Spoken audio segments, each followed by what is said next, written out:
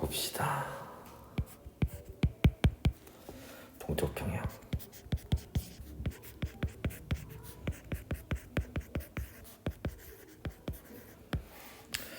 동적 평형을 보려면 먼저 우리가 여기서 배우는 게 화학 반응에 대해서 배우는 건데, 화학 반응은 뭐 기준에 따라서 뭐 산화 반응 아니면 중화 반응 이렇게 나누던가, 아니면 뭐 발열 반응, 흡열 반응 이렇게 나누는데, 여기서는 우리가 크게 두 가지로 가역 반응이라고 하는 거하고 그 다음에 비가역 반응으로 이렇게 두 개로 나눠서 볼 거예요. 가역 반응이라고 하는 거는 말 그대로 역반응이 가능한 반응을 얘기를 하는 거고, 비가역 반응이라는 거는 역반응이 가능하지 않다라는 뜻이겠지. 그래서 자, 가역 반응은 뭐가 반응물이 반응을 해서 화살표가 변한다는 뜻인데 생성물이 될 거고, 이때 반응물이 생성물이 되는 반응을 우리가 뭐라고, 이걸 정반응이라고 얘기를 한단 말이야. 근데 얘는 뭐가 가능하냐면 생성물이 다시 이렇게 반응물로 변하는 반응도 가능하다는 거예요. 이걸 우리가 뭐라고? 역반응이라고 하는 거야. 그거에 비해서 비가역 반응이라고 하는 거는 반응물이 변해서 뭐가 생성물이 되는 이런 뭐는 정반응은 가능하지만 얘가 반대로 이렇게 변하는 이런 역반응은 되지 않는 걸 얘기한단 말이지. 여기서 하나 조심해야 될 게 뭐냐면, 애들이 여기서 이제 하나 오해하는 게, 비가역 반응이 역반응이 1도 안 일어나는 반응이라고 오해를 할 수 있어. 무슨 말이냐면, 비가역 반응은 역반응이 거의 일어나지 않는 반응이야. 그러니까 1도 안 일어날 수도 있겠지만, 뭐 역반응이 일어나긴 일어나. 근데 무시해도 될 만큼 매우 적게 일어나면 그거는 그냥 비가역 반응이라고 하는 거예요. 일단 여기에서 문제가 하나 나올 수 있는 건 뭐냐면, 이런 가역 반응의 종류와 이런 비가역 반응의 종류를 구분하는 거.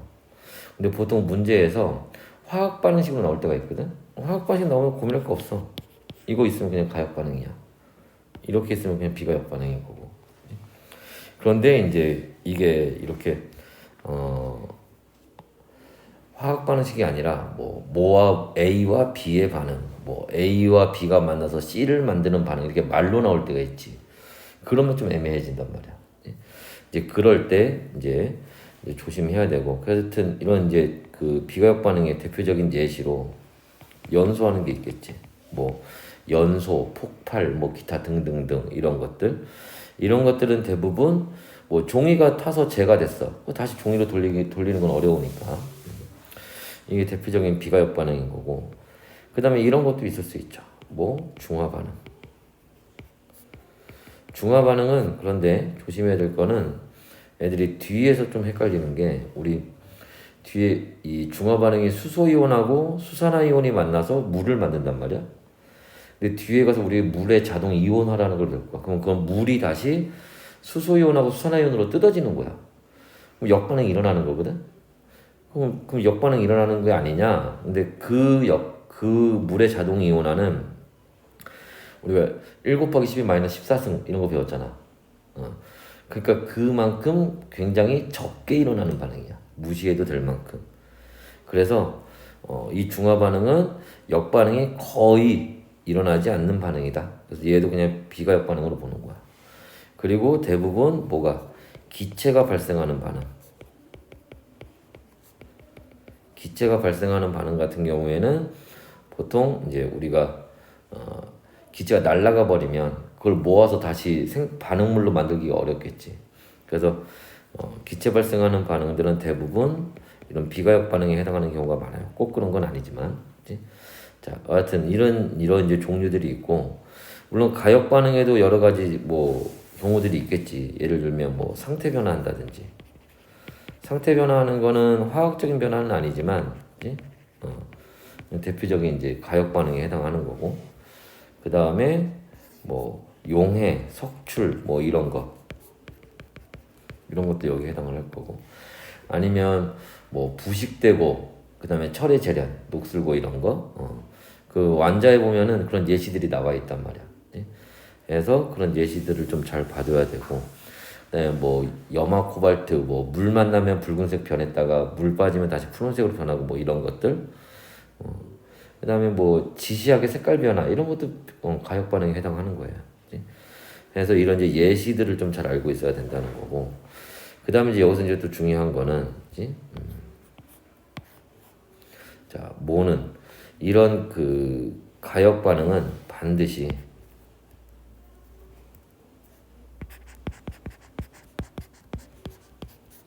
어디에 동적 평형 상태라고 하는 것에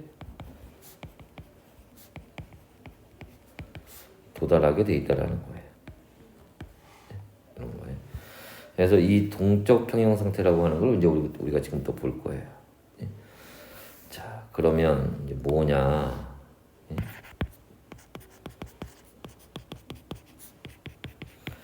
이 동적 평형 상태라고 하는 게 되면 몇 가지 특징들이 나타나는데, 첫 번째로는 뭐하고 정반응의 속도와 역반응의 속도가 같아진단 말이야. 두 번째로 반응물의 농도와 생성물의 농도가 어떻게 된다? 일정해진다. 그 얘기는 얘네들이 공존한다는 얘기예요. 세 번째는 그래서 겉으로 보기에는 반응이 일어나지 않는 것처럼 보이지만 실제로는 그 안에서 반응이 일어나고 있다라는 거. 그래서 이런 것들이 이제 특징들을 나타나는데 얘네들에 대한 얘기를 봅시다. 일단은 먼저 여기서 볼 거는 요 세 번째 거는 이거는 뭐 요 위에 두 개 요거를 하고 나면 자연스럽게 이제 나오는 얘기니까 요 위에 두 가지를 좀 먼저 볼 건데, 자, 걔네들 중에서 요거 먼저 볼게요. 여기 보시면 요렇게 대괄호 표시되어 있는 거 있지? 이게 뭐냐? 이게 몰 농도를 나타내는 표시 방법이야. 그래서 여기 4단원에서는 몰 농도를 좀 할 줄 알아야 돼. 그래서 우리가 뭐 1단원에서 했던 것만큼 막 그렇게 어려운 문제가 나오는데 기본적인 거 몇 가지 간단히 보면, 일단 몰 농도는 우리가 어떻게 계산하는 거니? 부피분의 몰수. 여기서는 특히 이제 주로 이온을 다룰 거기 때문에 이온의 몰수가 되겠지. 그래서 보는데 이때 조심해야 될 거, 이때 부피가 무슨 단위? 리터 단위라는 거, 그걸 조심해야 되고, 그 기호로 바꿔서 쓰면 몰 농도는 뭐 부피분의 몰수 이렇게 계산한단 말이야. 근데 여기서 하나 더. 자, 근데 요 공식을 많이 쓰기도 하지만 요거보다 사실 더 많이 쓰는 건 뭐냐면 요 이온의 몰수, 이온의 개수 구하는 거야. 그럼 몰수는 어떻게? 농도 곱하기 부피해서 이렇게 계산하면 되지. 물론 이때도 부피는 리터 단위로 계산을 해야 된다는 걸 조심해야 된다는 거고. 그래서 이제 요 얘기하고, 그 다음에 이제 요 위에 올라가면 이제 여기 V로 표시되어 있는 거, 이게 뭘 나타내는 거야? 이게 반응 속도라는 걸 나타내는 거예요. 그래서 그 얘기를 좀 보면 여기다 볼까? 우리가 그래서 뭐 반응 속도를 뭐 자세히 보려고 하는 건 아니고, 반응 속도는 언제 배우냐면 화학 2에서 배울 거야. 화학 2 맨 끝에 가서 나와. 그래서 실제로 할 일은 별로 없어, 학교에서. 왜냐면 보통 2학기 시험범이기 때문에 학교에 대부분 안 한단 말이지. 자, 여하튼 반응 속도라는 건 말 그대로 물질이 변하는 속도, 빠르기를 얘기하는 거야. 물질이 변하는데 얼마큼 빨리 변하냐라는 거고, 계산하는 식은 원래 속도라는 게 시간분의 거리잖아. 그러니까 반응 속도는 반응에 걸린 시간분의 그 다음에 물질의 변화량 뭐 이렇게 계산을 해요. 근데 우리가 지금 계산하려고 하는 게 아니기 그걸 아니기 때문에 의미만 보면 자 여기서 우리가 보고자 하는 건 뭐냐면 이거예요. 반응 속도에 영향을 주는 요인들이 있어요. 가장 대표적인 게 뭐냐면 온도야. 무슨 말이냐면 온도가 높아질수록 반응 속도가 빨라져요. 쉽게 생각하면 여름철에 음식이 금방 상하잖아. 그지? 근데 이제 겨울이 되면 좀 상하는 속도가 조금 느려지지. 이제 그걸 이용한 게 냉장고 같은 거야. 그래서 온도가 반응 속도에 영향을 줄 수 있는 거고 이런 거 우리가 경험적으로 알 수 있는 거니까. 두 번째는 뭐냐면 농도예요. 마찬가지로 농도가 커지면 반응 속도가 빨라져.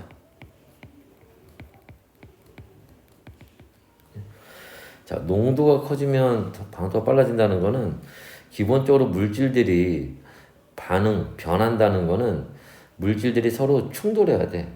멀리 떨어져서 원격으로 변하고 이런 게 아니란 말이야. 충돌을 하면서 전자를 주고받거나 원자를 주고받으면서 물질이 변하는 거란 말이야. 예? 그러면 당연히 농도가 크다는 거는 우리가 좀 전에 봤지만 농도는 뭐에? 같은 부피에 들어가 있는 몰수 얘기하는 거잖아.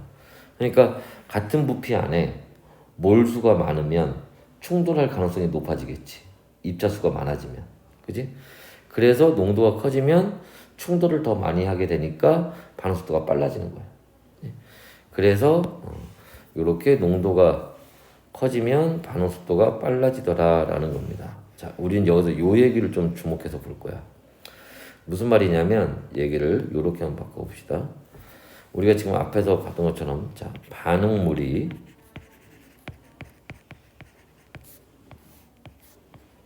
생성물이 되는 반응인데, 그치? 자, 우리가 어떤 비이커 안에 반응물을 집어넣었어.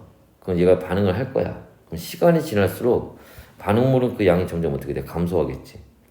반대로 생성물은 그 양이 점점 늘어나겠지. 그럼 반응물이 늘어난다는 얘기는 그 반응물의 농도가 어떻게 돼? 감소한다는 얘기죠. 그지? 그래서 이렇게 되면 반응물의 농도가 점점 줄어들 거야. 그러면 좀 전에 농도가, 그지?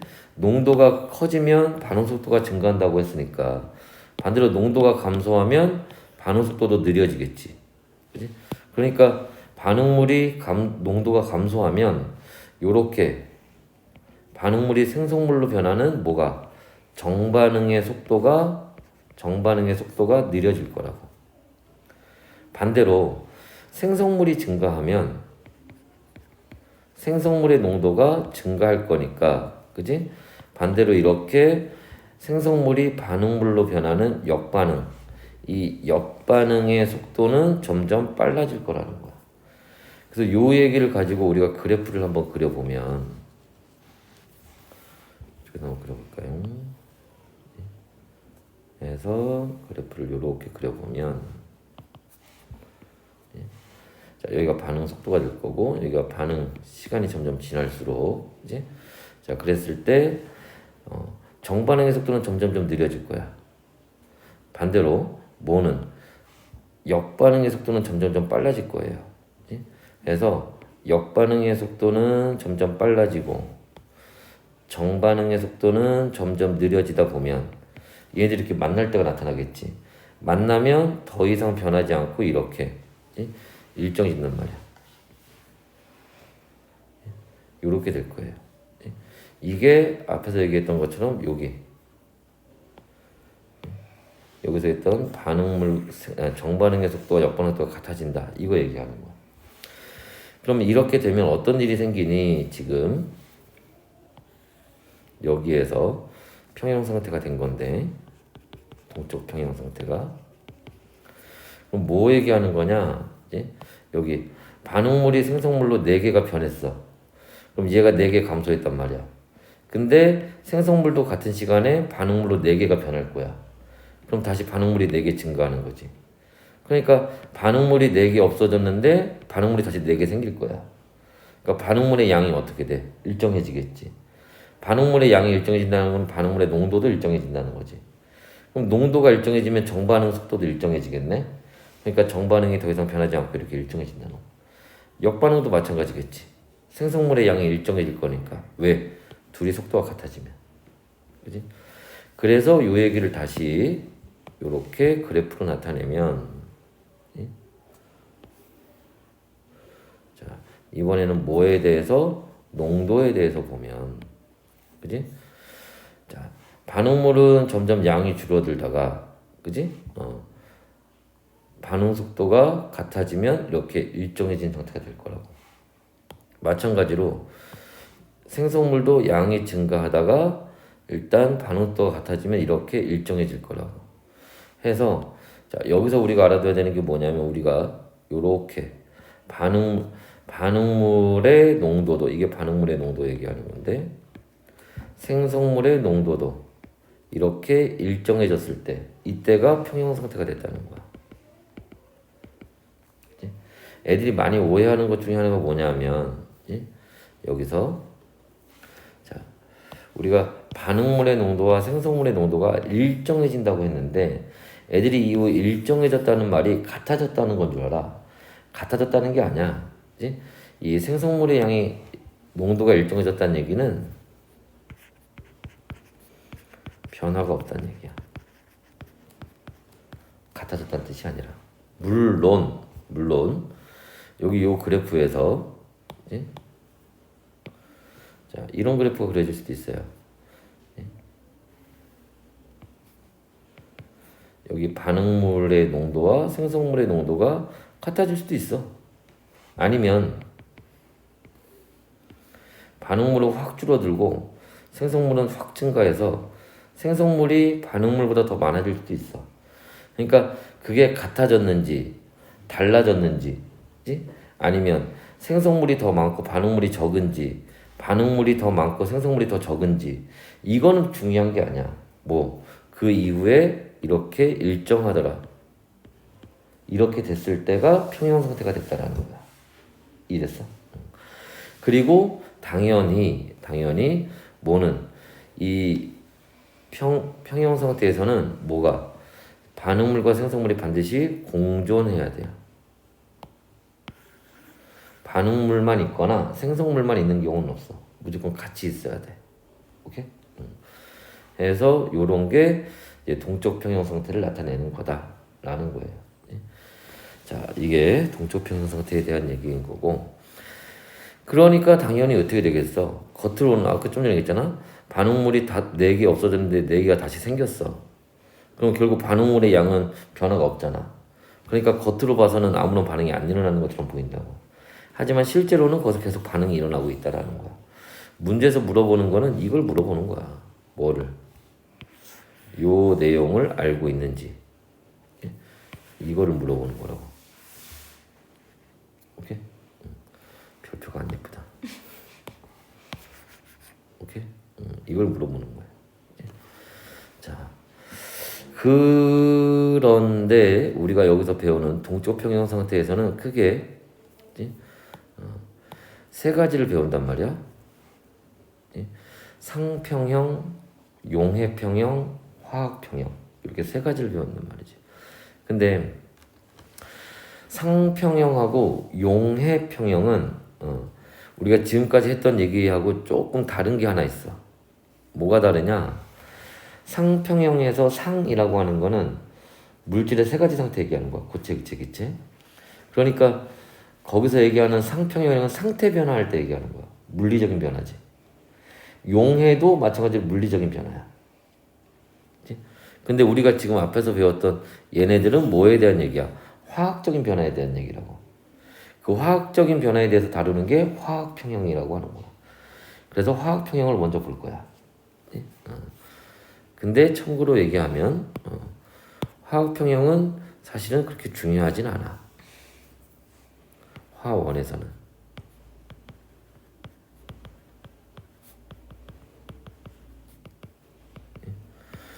화투에서도 평형을 배우는데 거기는 화학평형이 메인인 거고, 근데 화원에서 나오는 평형에서는 화학평형보다는 물리적인 변화, 상평형이나 용해평형이 메인이에요. 그래서 실제로 수능에서도 화학평형이 문제 그렇게 자주 나오는 편은 아니고, 내신에서도 문제 나온다면 한 문제 정도 나올 거야 아마. 그래서 화학평형 얘기를 보면 화학평형에서 우리가 이제 먼저 봐줄 거는 이제 여기 문제 나오는 애는 뻔해. 거의 화학평형 문제 몇 문제 나오지도 않지만 나오면 거의 대부분 이걸로 나올 거야. 뭐 NO2하고 N2O4. 물론 얘가 이제 여기서 기체 상태고 얘도 기체 상태고. 그래서 이산화질소와 사산화이질소에 대한 얘기로 문제 나올 거예요. 자, 이때 얘네가 어떤 특징이 있느냐, 그지? 자, 사용자화. 갈색이 어떤 거니? 주황색. 아, 내가 수업 시간에 애들이 선생님 저거 갈색 아닌데요. 아 진짜 이거 갈색 비슷한가? 네. 이거 택하면 되나? 네. 오케이. 자, 그래서 오 그래 이 색 내가 원했던 색깔이야. 해서 이런 적갈색의 색깔을 띈단 말이야. 아씨 내가 수업 때 많이 스트레스를 받았고 진한 걸로. 그래서 이산화질소는 이런 적갈색의 색깔을 띄어요. 반면에 뭐는 사산화이질소는 투명해. 색깔을 안 띄어. 그래서 우리가 고등학교 때 다루는 대부분의 실험들은 이 반응이 일어나는지 안 일어나는지 확인을 보통 눈으로 색깔이 있는 물질들을 이용해서 눈으로 확인하는 시험들이 많이 나와요. 그래서 뭐 기포가 발생한다든지 아니면 구리이온을 이용해서 푸른색이 생겼는지 없어졌는지 뭐 이런 걸로 많이 나온단 말이야. 그래서 이제 여기도 이제 색깔이 있는 기체를 많이 이용을 하는데 대표적으로 이산화질소를 이용을 한단 말이지. 요 실험이 이제 문제 많이 나올 거고 여기가 정반응, 여기가 역반응이 되겠죠. 이 실험 어떻게 하는 거니? 자, 요렇게 생긴 시험관에다가 예? 당연히 요거는 이렇게 기체가 관련된 실험에서는 항상 마개를 막아놓고 해야 돼요. 기체가 날아가 버리면 실험이 제대로 안 되기 때문에 여기다가 뭐를 NO2 이산화질소를 집어넣었어요. 그러면 얘가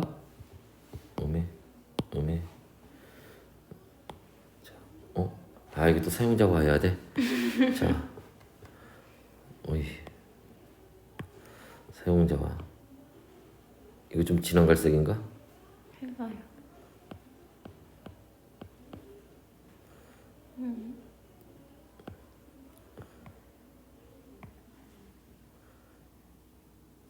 뭐 같아.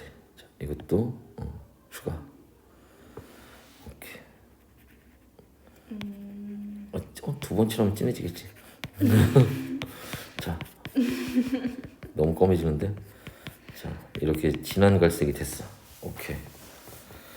자, 그래서 이렇게 NO2가 있었는데 이게 시간이 지나면 그냥 가만히 내비두면 돼. 이거는 가만히 내비두면 얘가 다 시간이 지나면 요렇게 마찬가지로 마개가 있을 거고 여기가 색깔이 이렇게 연한 갈색으로 변할 거란 말이지. 그래서 자 다시 보시면 자 여기서는 얘가 NO2만 있었으니까 적갈색을 띄웠지만 시간이 지나면 연한 갈색으로 변한다고.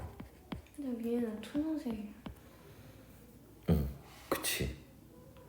위에 왜 그런 거야?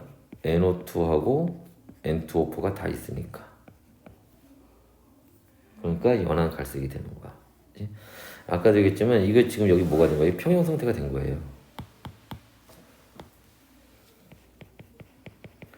평형 상태가 된 거고 아까 뭐라 했어? 평형이 되면은 반응물과 생성물이 둘 다 공존한다며. 그래서 연한 갈색이 되는 거야. 자, 이때 여기서 또 추가로 알아둬야 될 게, 자, 문제에서 지금 요렇게 반응이 진행이 되는 동안에 여기 정반응이 일어났니, 역반응이 일어났니 물어볼 수 있단 말이야. 일단 결론은 그치? 정반응과 역반응이 다 일어난 거예요. 근데 뭐가 정반응이 더 우세하게 일어났다는 거야. 다시 요 앞에 그래프를 다시 한번 보시면 여기를 봅시다. 평형이 되기 전에 여기에 임의의 요 지점을 생각을 해봐. 그럼 여기서는 정반응도 일어나고 역반응도 일어나는 거잖아. 무슨 말인지 이해됐어? 그러니까 정반응과 역반응이 다 일어나는 거예요. 그런데 뭐가 정반응이 역반응보다 더 우세하게 일어난다는 거지. 대신에 정반응은 점점 감소하고 있는 거고 역반응은 증가하고 있는 거고. 그러니까 아까 문제처럼 여기에서 정반응이 일어나고 있니 역반응이 일어나고 있니 물어보면 둘 다 일어나고 있다라는 거야. 근데 뭐가 정반응이 더 우세하게 일어나고 있다라는 거지. 대신에 여기서 우리가 뭐를 정반응은 점점 줄어들 거고 역반응은 점점 증가할 거다라는 것까지. 하나 더 우리가 문제를 읽다 보면은 문제에 이렇게 장치를 해놓고 뭐 했다? 충분한 시간이 지났다. 이런 얘기가 나온다고. 이 충분한 시간이 지났다는 건 무슨 말이냐면 반응이 완료될 때까지 충분히 기다려줬다는 얘기예요. 그러니까 무슨 말이야? 평형 상태가 됐다는 얘기인 거야. 충분한 시간이 지났다는 얘기는. 이해됐어? 그래서 이제 그런 내용들 같이 알고 있으시면 되고. 여기서는 뭐 사실 이 정도만 알고 있으면 되는데 이제 뭐 문제에서 뭐 추가적으로 나온다면 뭐 이런 거 물어볼 수 있겠지. 예를 들어서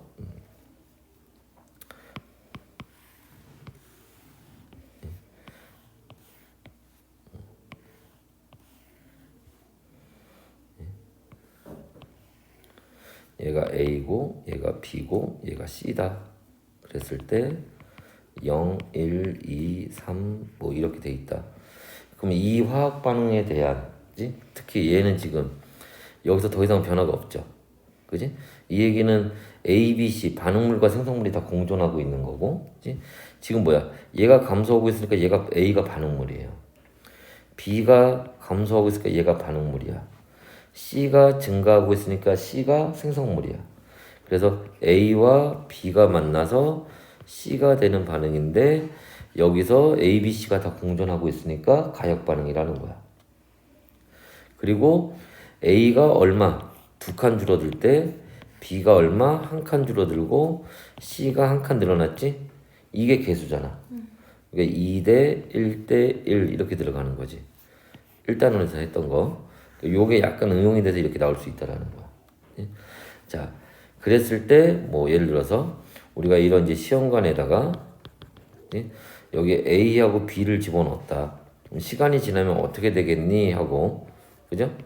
그래서 여기 안에는 지금 A도 있고 B도 있고 C도 있다. 뭐 이런 식으로 물어볼 수 있겠지. 그지? 가역 반응이 이렇게 일어나는 거고. 됐나? 그럼 이렇게 됐을 때 요 안에 뭐 예를 들어서 뭐는 압력은 어떻게 변하겠니? 압력 어떻게 변하기는? 기체 3개 줄어들 때 하나 증가했으니까 여기 뭐야? 기체 분자수가 감소하는 거지? 그러니까 압력은 어떻게 돼? 감소하겠지. 그지? 그래서 뭐 요런 정도까지 응용해서 낼 수 있어요. 그치? 그래서 이런 그래프 이용해서 문제 나오거나 화학 평형에서는 그 정도까지는 한번 구경 정도 해두시면 될 것 같아요. 그치? 그래서 요게 이제 화학 평형에 대한 얘기가 되는 거고. 자, 다음은 이제 그 상평형 얘기를 한번 봅시다.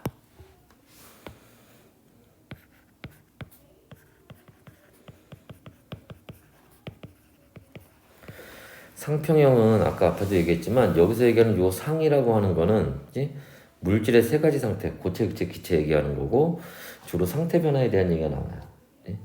근데 그 중에서도 대부분 문제는 상태 변화 중에서도 물을 이용한 문제가 많이 나올 거야. 그래서 물, 액체죠.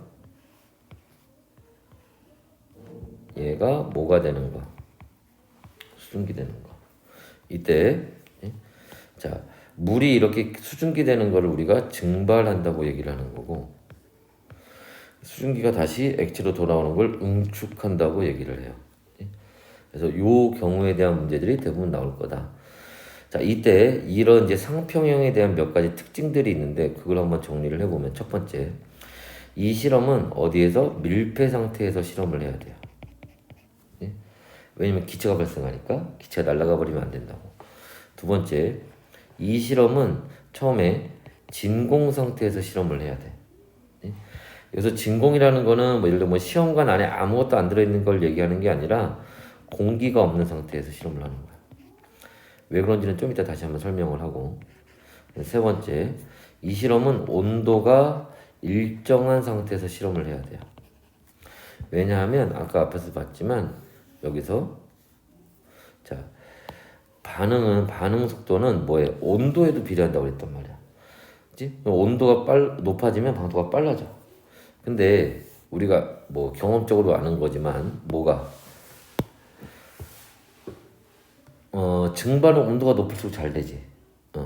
그러니까 온도가 일정하다는 얘기는 뭘 의미하는 거야? 증발 속도가 일정하다라는 얘기를 하는 거야 지금. 그 다음에 네 번째, 그럼 응축되는 속도는 어떻게 되겠니? 응축 속도는 수증기의 양과 비례 관계를 가지게 돼요. 그래서 수증기가 많아질수록 응축 속도가 빨라져. 그래서 우리가 보면 자 이 얘기를 가지고 이제 그래프를 한번 그려봅시다. 그래프를 한번 그려보면 오메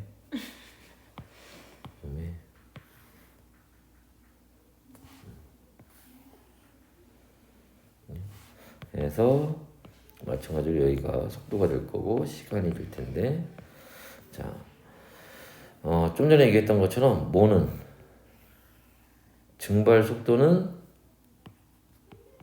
일정할 거야. 왜? 온도가 일정하다는 조건에서. 반면에 뭐는 응축하는 속도는 이렇게 증가할 거예요. 이게 응축 속도야. 그래서 자 여기서 이제 요 얘기를 좀 봐야 돼. 무슨 얘기냐? 여기 응축 속도 처음에 0이죠. 그지?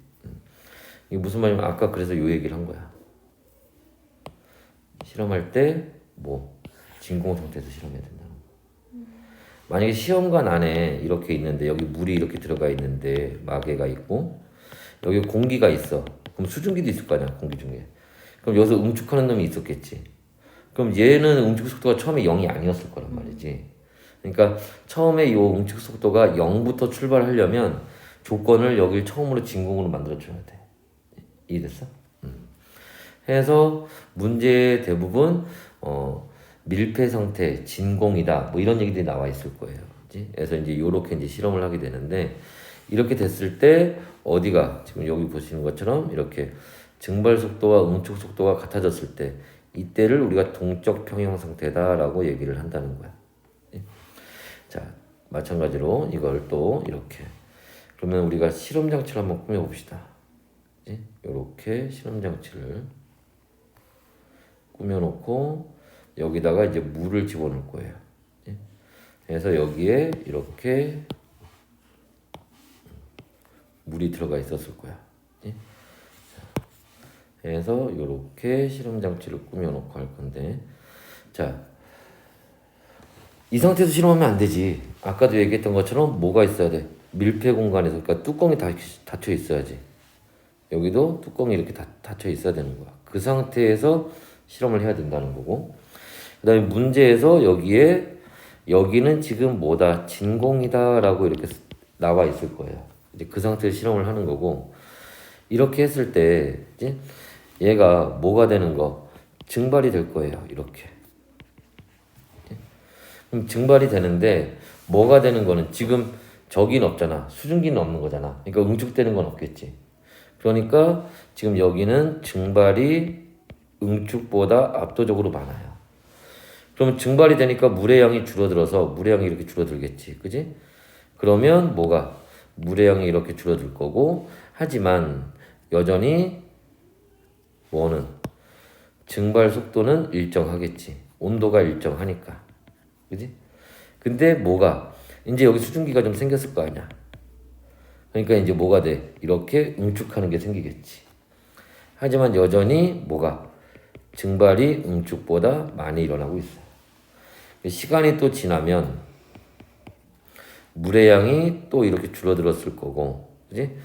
그러면 또 이렇게, 그죠? 물이 줄어들었고, 하지만 여전히 뭐는 증발은 일정한 속도로 일어나고 있을 거고. 근데 뭐 했어? 이제 수증기가 더 많아졌겠지. 수증기가 더 많아졌으니까 이제 뭐도 응축하는 것도 이렇게 많아졌을 거야. 그래서 뭐가 증발 속도와 응축 속도가 이렇게 같아졌어요. 그렇게 됐을 때 이때를 우리가 뭐라고 평형 상태라고 얘기를 한다는 거야. 오케이?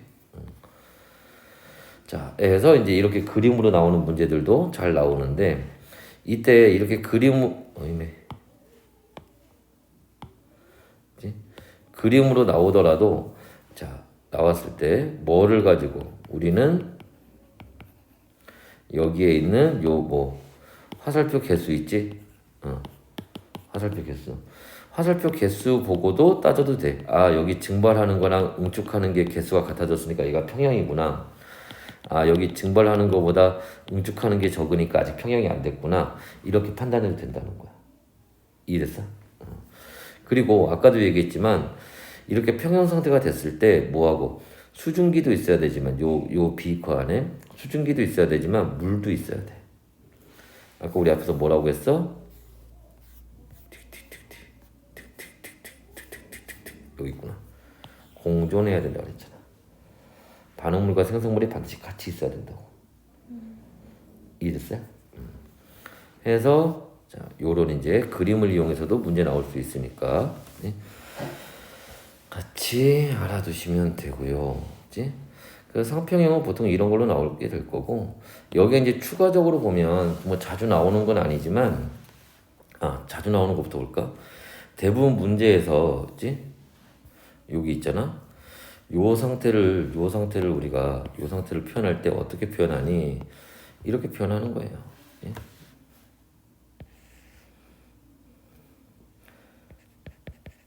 증발 속도분의 응축 속도.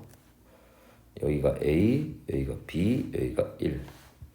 그럼 여기서 뭐가 요게 1이 됐다는 얘기가 뭘 얘기하는 거야?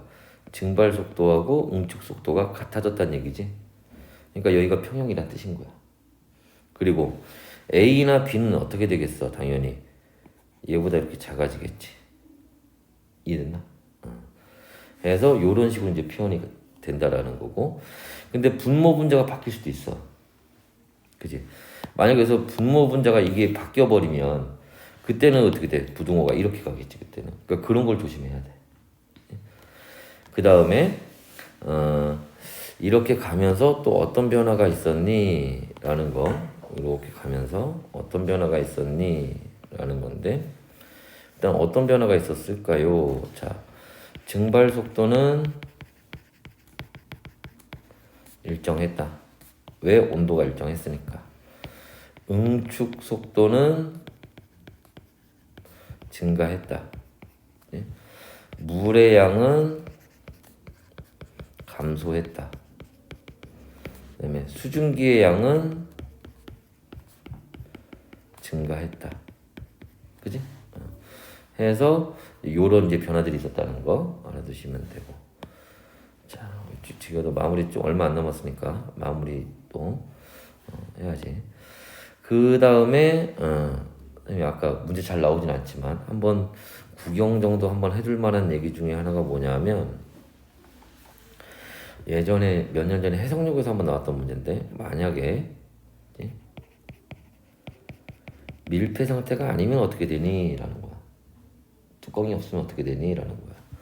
그러면 증발 속도는 일정할 거고 응축 속도는 증가하다가 말아요. 이렇게. 왜? 얘가 뚜껑이 있어야 여기에 기체들이 수증기가 모였다가 걔가 다시 응축이 되는데 뚜껑이 없으면 어떻게 돼? 일정 정도 모이고 나면 그 이상부터는 그 뒤에는 날아가 버려 다. 그러니까 아까 설명했잖아. 이 응축 속도는 수증기의 양하고 비례관계이기 때문에 그러니까 수증기의 양이 계속 어느 정도 증가할 때까지는 이게 증가하다가 날아가 버리기 시작하면은 더 이상 증가하지 않아요. 그러면 이때 증발 속도와 응축 속도가 같아지지 않으니까 평형 상태가 나타날 리가 없지 이때는. 이해됐어? 해서 이제 요런 그래프를 이용한 것도 문제 나온 적이 있었어. 참고로 알아두시고 문제 나올 가능성은 좀 떨어지지만 그 다음에 이제 하나 더 이제 하나 더 남았지 뭐 용해평형.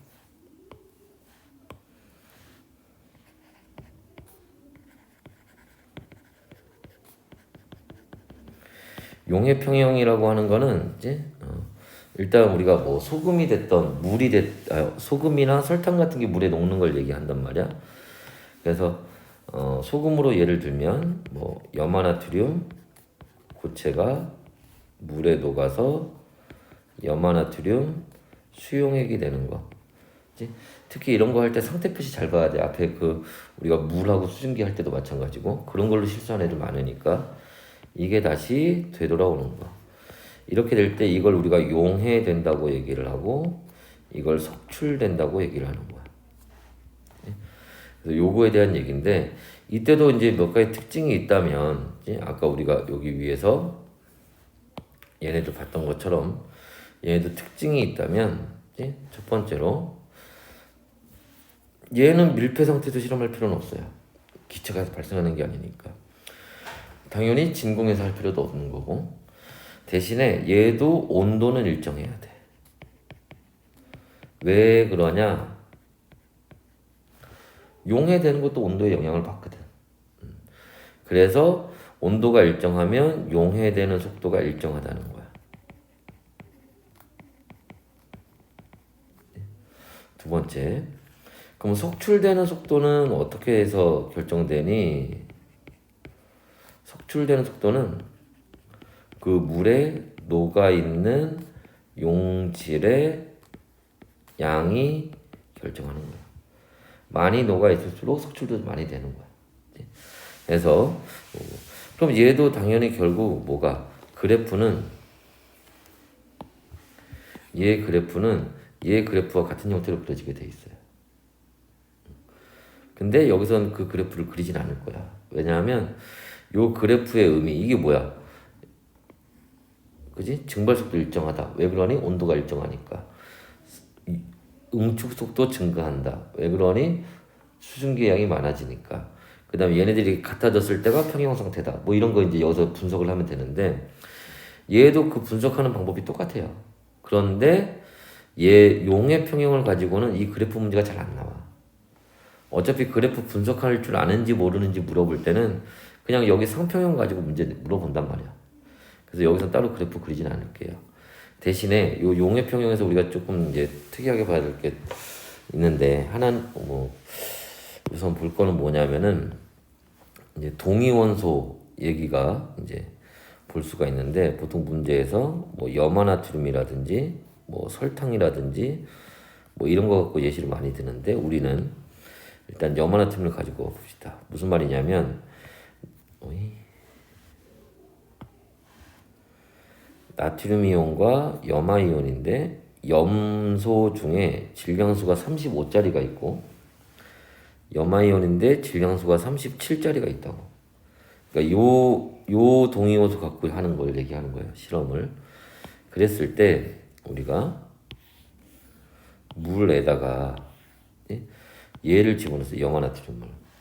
그럼 여기에 요 염화나트륨이 들어가서 뭐 그냥 35짜리 그냥 35라고 씁시다. 여기다가 이렇게. 얘가 여기 있고 얘가 여기서 이제 용해되기 시작할 거예요. 물 속에는 처음에 녹아 있는 건 없으니까 석출되는 건 없겠지. 시간이 지나면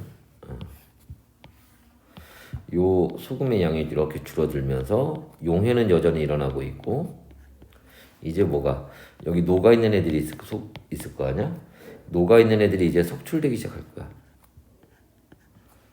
그러면 자 여기서는 용해되는 게 석출되는 것보다 많았으니까 근데 시간이 지나고 나면 이제 용해되는 거하고 석출되는 게 같아지게 되고 요때가 지금 뭐가 된 거야? 평형 상태가 된 거야. 오케이? 그런데 여기에다가 이제 얘를 여기다 중간에 집어넣을 거야. 그러면 이제 얘가 들어가서 여기 이제 35짜리가 있는데 여기에 이제 뭐가 들어간 거야? 이렇게 37짜리도 이렇게 들어간 거야. 여전히 뭐는 여기 녹아있는 애들이 있으니까 그지? 여전히 뭐는 석출은 일어나고 있어요. 그치? 자 그리고 뭐도 얘 용해도 일어나고 있어. 그런데 이제 누구도 얘도 이제 여기서 용해되기 시작한다고. 그래서 시간이 충분히 지나고 나면 여기에 덩어리들이 있어서 여기에 35짜리와 37짜리가 이렇게 섞여 있을 거야. 그리고 자 여기 녹아 있는 거에 35짜리도 녹아 있을 거고 37짜리도 녹아 있을 거예요. 그래서 37짜리가 석출되는 것도 있고 35짜리가 석출되는 것도 있을 거고 용해되는 것도 35짜리도 용해가 되고 37짜리도 용해가 되고 있는 거야. 결론은 뭐야? 골고루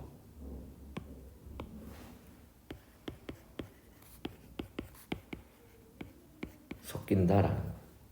오케이? 그래서 이런 걸 이제 문제에서 물어보기도 한단 말이야. 해서 이제 요게 용해 평형에 대한 얘기야. 여기에 이제 우리가 추가적으로 하나 볼 건 뭐냐면은 지금 여기서 하진 않겠지만 나중에 문제 풀면서 한번 볼 건데 용해되는 거에는 고체가 용해되는 것만 있는 거 아니지. 기체가 용해될 수도 있잖아. 그지? 보통 이산화탄소가 물에 용해되는 것 같고 실험 나오게 하는데 이게 이제까지 뭐 수능이나 모의고 내신에서 문제 나온 적은 없단 말이야. 그런데 이렇게 여기 이산화탄소가 녹아 있으면 뚜껑이 있었는데 이 뚜껑을 띵 열어요. 그러면 여기 있다든지 이렇게 석출돼서 나올 거야. 이번에 이게 석출되는 거야. 요게 용해되는 거고 물에. 그래서 이 기체의 용해와 석출에 대한 문제가 작년하고 재작년 수능 특강에 있어. 올해 수능 특강에는 수능 완성이 있었거든. 올해 거에 있는지는 선생님 아직 좀 다시 한번 확인해 봐야 되는데 그래서 그걸 이용한 문제가 조금 까다로워. 기체의 용해를 다루는 게 여하튼 그거는 나중에 우리 문제 풀면서 문제 많이 나오는 건 아니니까 나중에 한번 문제 풀면서 한번 보자고. 그거는 해서 요런 게 이제 우리가 동쪽 평형에서 한 페이지 아주 깔끔하게 정리했네. 그지? 자 여기까지